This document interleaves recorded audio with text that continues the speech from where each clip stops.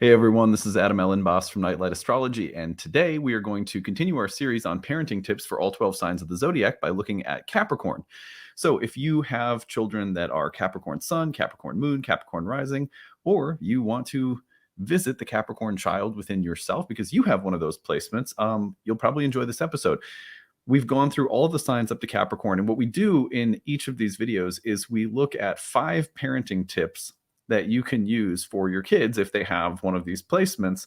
But broadly speaking, I've seen a lot of people saying this is helpful for me as a Capricorn. I mean, in a way, we're always parenting an inner child. And so that's part of life. And I mean, I would say that, it could sound like a cliche, like your inner child or something like that. But it's true because most of us are still dealing with the way that we were raised and the ramifications that it's had on our behavior, and how we were raised may have interacted very positively with those core archetypal traits of our sun, moon, or rising sign, or it may have not interacted very well with them at all. And a lot of that has to do with the kind of astrological karmic environment that was around us. And the series is not so much about trying to, blame parents or make sure that we get it right and don't mess up our kids, as much as it is about understanding archetypes so that we can understand ourselves, so that we can understand what we need.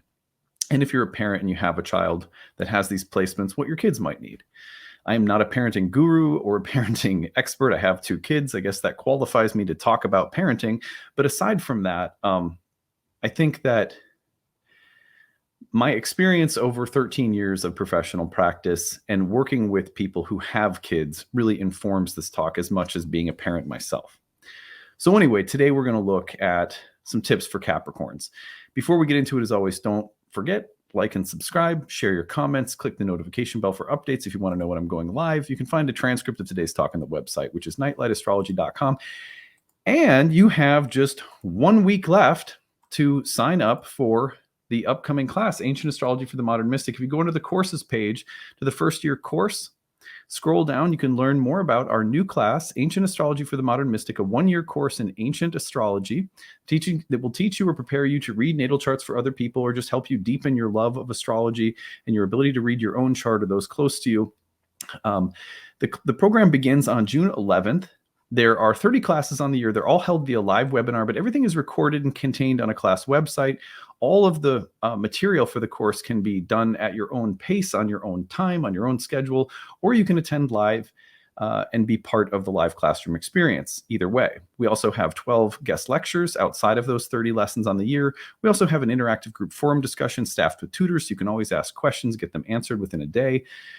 We have breakout study sessions in between our major units of study throughout the class, so you can always go in and get some tutoring help if you need it as well. There's tons of bonus material, lots of suggested reading, and optional quizzes and things to help you memorize, dignities and things like that. So it's a great class. We also infuse the class with a kind of modern archetypal sensibility, so we're ultimately learning both a kind of psychological archetypal approach as well as an ancient or traditional one. And both, when you put them together, are amazing. The ancient practice gives you tools that are really amazing when it comes to prediction and understanding karmic patterns in the life of an individual, their fate or destiny, and being able to predict really accurately. Whereas modern psychological astrology is very good at unpacking the nature and meaning-making process of being alive through the archetypes and their signatures in the chart as well. So we want to put both together, and that's what this program aims to do. You will find at the bottom of the page the options for sign up. You'll find the early bird payment saves you $500 off. I have allowed the big circle to be present here today. There's a 12-month payment plan. You can spread the tuition out over 12 months, or there is need-based tuition assistance. We do have a few of those spots still left. So check out the need-based tuition option if you want to take one of my classes but can't afford it for whatever reason. Your life situation has you in a place, your budget has you in a place where you just can't make the full price. We're glad to work with you. We want to make sure that everyone is always, that the classes are accessible and that anyone from any walk of life can really take the class if they have a genuine interest. So that is it for announcements. Now let's get into talking about Capricorn kids. So there are 5 parenting tips that I have for Capricorn kids. Now, as someone with a Capricorn moon, I feel like this one was personal and very easy for me to understand. I work really well when I'm talking to parents who have Capricorn kids because I just get it. I get the light and dark side of it. There is that light and dark side for all 12 signs. And this one's going to be a little provocative because I'm going to go right for a lot of people like to hate on Capricorns. That like Capricorn somehow, like for example, I've heard it more times than I can count that Capricorn is somehow emblematic of the patriarchy, and where that word is uttered, there's usually, there's some anger, right? There's a frustration with the way that the world has unfolded, with the structures that have been allowed to dictate the way that things go, and so forth. I want to start by saying that in order to understand Capricorn, you have to let go of that association. Consider this. This is a feminine sign, and it is an earth sign. And although the combination of Mars and Saturn as the rulers of this sign, Saturn the domicile ruler, Mars the exaltation ruler, can certainly point to some of the ruthless, domineering, success and ambition-oriented qualities that modern civilization, with all of its, in its most effed up senses, can embody. Really, that's just one little part of Capricorn. And I want to sort of advocate for Capricorn because when a stereotype takes over a sign, it's hurtful. And it's hurtful for all of us because we're robbing ourselves of imaginal and archetypal depth, and life is better, just fundamentally better, more meaningful, more interesting, more curious, more the pain is somehow more valuable when we understand the depths of things. So when you hear people associating Saturn with all of the problems of the world and really hating on Saturn or Capricorn and just giving these blanket statements, you know that you're not in the company of someone who's seeing the sign from the space of real depth. And I just want to put that out there first, because the same could be said for people who come up with stereotypes about Scorpio or Virgo or Leo or whatever. So on that note, the first tip that I have is to support conservative qualities. Now, I want to show you something that I looked up. So I looked up the etymology of conservative, and I thought that it was interesting that it says tending to preserve or protect, preservative, having the power to keep whole or safe, to keep, preserve, keep intact, or to guard, to keep watch, or to maintain what is established, right? And then you have, so it's really important because when we hear the word conservative, we tend to think about political orientations or religious orientations. And we tend to think, well, generally speaking, being conservative is not such a popular thing. To be liberal or to be open-minded or to be progressive or to be future-oriented or to think in terms of what's possible and don't protect things in the past, but think about new possibilities in the future. These are hallmarks of modernity. Modernity. So when we live in a world that when you hear the word conservative, there's not a lot of hospitality towards it. There's a lot of suspicion toward that word. But one of the things that is fantastic about the sign of Capricorn is the way in which it will protect and conserve things. It will protect and conserve, keep intact, or guard things that have value and meaning and worth. Now, that looks different for every soul. So to have conservative qualities does not mean that we are necessarily politically or religiously conservative, and it doesn't mean that you're closed or narrow-minded about the future or about new or different ways of doing things. It simply means that there is a tendency to want to protect, to keep watch over, to guard, to keep intact, to keep whole, something that feels like this is sacred and precious and worth keeping around. So this is a sign that in some ways, as it embodies conservative qualities, embodies a spirit of protecting and guarding things that have value that you do not want to see destroyed.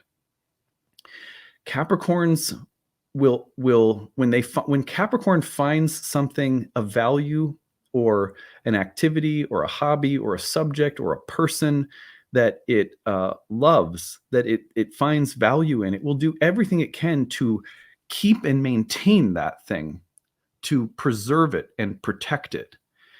And that is one of the most overlooked parts about Capricorn, is that Capricorns are safeguarders of things that they don't want to see thrown out, discarded, chucked away, etc. Now, for some Capricorns, that may mean that tradition or traditional values from the past or religious values passed down in the form of doctrines over thousands of years are to be safeguarded, preserved, or protected.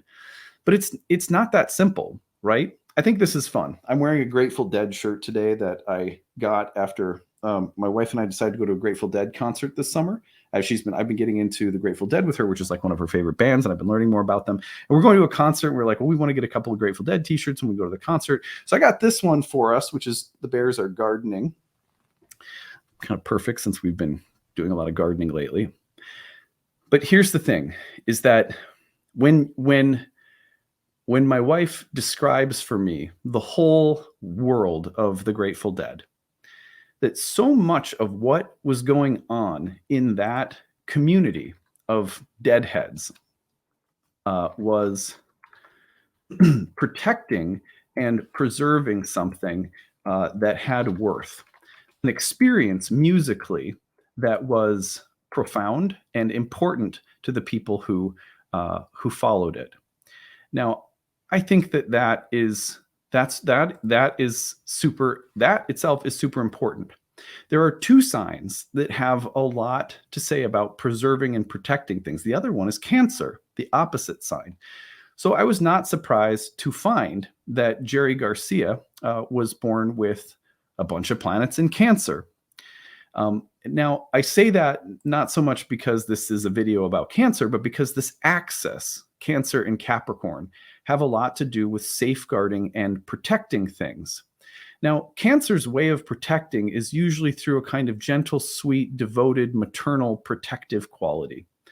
Capricorn is more like the structures and the physical, earthy things that we move around to safeguard. For example, if you want to protect the legacy of great rock and roll, you build something like the Rock and Roll Hall of Fame in Cleveland, Ohio. If you've ever been there, it's a really interesting place.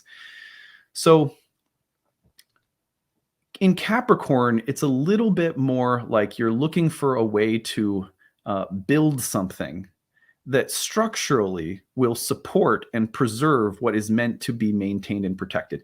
For example, when you look at the Cancer-Capricorn axis, you also think about the family as Cancerian, and you think about sometimes the structure of the home, the traditions of the family, whether that's playing Uno after dinner, something we like to do in our house, or that's family mealtime or family vacation. I mean, whatever people do there are rituals and structures and traditions that help keep things intact. And Capricorn is a builder of those things and a lover of those things. And those are conservative qualities to have to hold and protect with structures. There's nothing wrong with that. Now, what you want to protect, if it's, I don't know, white supremacy, well, then you've got a problem. You know what I mean? If it's that you want to protect us from ever growing or changing and evolving as people and just cling to the past, then okay, you have a problem. Those are shadows, though. That's not what Capricorn is about at the heart of what it is. For example, for me as a Capricorn moon growing up, one of the things that I loved to do was develop practices, all different kinds of structures to maintain and safeguard the things that I loved. For example, I loved to read and I loved to write. Those were things that I found great joy in. And so I built little structures in my life to always support the ongoing love and connection to those things. Now, remember, I have a Cancer sun. So Cancer sun, Capricorn. So I have a little bit of both, but I always think it was interesting that I had all these devotional things that I like to nurture and take care of. But then I also had always built structures to kind of safeguard and conserve those things that I loved and took care of. So that's the Cancer Capricorn axis. support the conserving, energetic, conserving, we'll call it that, conserving qualities that your children may have. There's nothing wrong with it. Just because they're doing that doesn't make them conservative in some pejorative sense. Number 2, support dark, cynical moodiness. This might sound weird. This is the sea goat. This is a sign of Saturn. It's an earthy sign of Saturn. And one of the best parts about this sign, it comes during this, the basic return of the light from within the darkest time of year. And Saturn was the dimmest, most distant planet associated with melancholy. There's something about hardness, about distance and remoteness, about alien or alienation, about somber, melancholic vibrations that live in this sign. But the thing is that the world tends to judge those things. Oh, you're not happy or something like that. But for Capricorn, often these exact dark, cynical, moody, angsty qualities associated mostly with Saturn, a bit edgy too with Mars. These qualities are like, they're a trusted friend. Let me put it that way. Like, there's a great character, and I believe it's Jason Bateman. Yeah, Jason Bateman plays a character in the show Ozark. Well, basically all of his characters, if we could put it that way, all of his characters are very Capricornian. He has the sun in Capricorn in his chart. Now, he also has like Mars and Scorpio and some other interesting placements that I think go along with to describe some of his characters. But actors often play characters that are emblematic of their birth charts. And when there's major traits in those, like if you see Robin Williams, like, it's Robin Williams because it's Robin Williams, So the way that people act in movies will embody their archetypal configurations in the birth chart. Jason Bateman's a great example of a Capricorn because he has this kind of harsh, bottom-lined, cynical, moody, sarcastic quality. And it's a little devil-like. It's sort of a little devilish. But why is he so popular? Because a lot of people find that refreshing, relieving, relaxing, enjoyable, and funny. Because some of us walk around the world with a program that just allows us to see the dark, the death, the remote, the absurdity of life. And your Capricorn kids, if they have those themes, don't try to fix them. Now, if they're becoming self-destructive in some way, then okay, but don't try to fix those things. We need a little bit of like devilish humor, and we need like the dark nature spirits and sprites, and we need all the little creatures of the night, right, to have their say, to look at the world through the lens of darkness and the intermingling of shadows and light, and to see the connected things between dark and light, good and evil, that a lot of people don't see, to find humor in it, to find irony in it, to have a little bit of a twisted sense of humor, or the way you look at the world is just a little dark. But that keeps it real. There's something very folky and earthy about that dark, cynical, moody quality. People will say Capricorns, they're closed down to emotions, right? Well, it depends on what you define as emotional. And Capricorn is not a sign that is void of emotion. It's a sign whose emotions run very deep and slow, like deep, slow waters.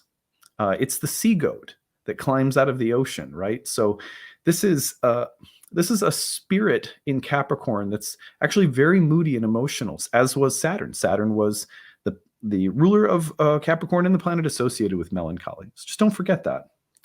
All right, support angsty realism. Same kind of vibe. Capricorns will have a way of looking at things and you'll go, oh, that's just like not very forgiving, or it's so hard. You don't want your kids to become bottom line, Machiavellian, ungraceful, unimaginative, too literal, too sort of seeing things in an overly linear way, which could be a shadow. But when your kids have kind of a wicked bottom line way of seeing things, laugh, affirm that's smart, introduce other possibilities so that rigidity doesn't set in, but always acknowledge that kind of bottom line angsty realism, because for Capricorns, sharing in that with other people is like drawing water from a deep, dark well. And there are magical sea creatures that live in that well that come up to the earth. And so just don't be too hard on Capricorns, ironically, because they're more sensitive than you'd think. Number 4 is support self-care. One thing that's a definite shadow for Capricorn is the tendency to keep plowing ahead in order to get things done, or out of being overly like workaholic or overly ambitious, or just kind of ruthlessly determined, sort of steely, again, Machiavellian. This can all be the Capricorns can have a little bit of that devil card. It's like the feeling of getting just driven, by something, obsessed.